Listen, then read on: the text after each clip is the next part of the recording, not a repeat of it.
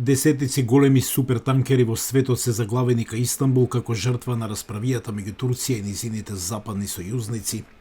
Од воведувањето на ограничувањето на руската цена на нафтата, Анкара бара осигурителни гаранции за сите танкери кои го користат Истанбулскиот воден пат Босфор, неопходност, како што велат експертите, со оглед на опасноста што му се заканува на најголемиот град во Турција. Ако танкер што превезува сурова нафта или рафинирана нафта и транзитира поминува низ турскиот теснец, особено минува низ Истанбул, град со 16 милиони жители, стоката треба да биде осигурана, потоа и теснецот треба да биде осигуран од излевање нафта и од судири. Според новите санкции против Москва, на осигурениците им е забрането да обслужуваат танкери доколку руската нафта што ја носат се продава над ценовната граница. Западните осигурителни компании тврдат дека барањето на Анкара за сеопфатни гаранции за осигурување може да ги изложи на санкции доколку товарот на осигурените танкери ја прекрши меѓународната ценовна граница.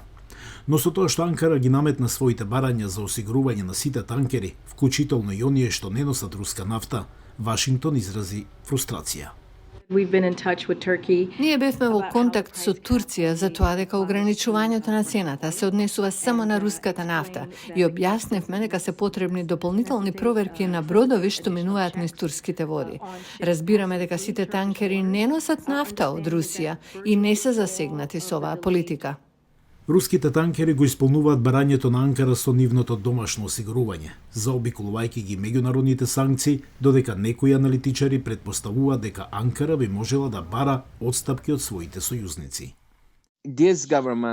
Оваа влада и турскиот претседател сакаат да играат, да ја истекнат својата моќ и да склучуваат договори за одделни прашања.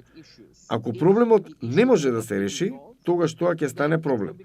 Она што сега е позагрижувачко е тоа дека сме во ќорсока. Анкара има неколку тековни спорови со Вашингтон, вклучувајќи го и онај за купување на американски борбени авиони кои моментално се во застој во Конгресот на САД. Но во знак на може напредок 5 танкери поминаа низ Истанбул во понеделникот. Со оглед на зимските услови на северната хемисфера, аналитичарите велат дека договорот не може да дојде толку брзо.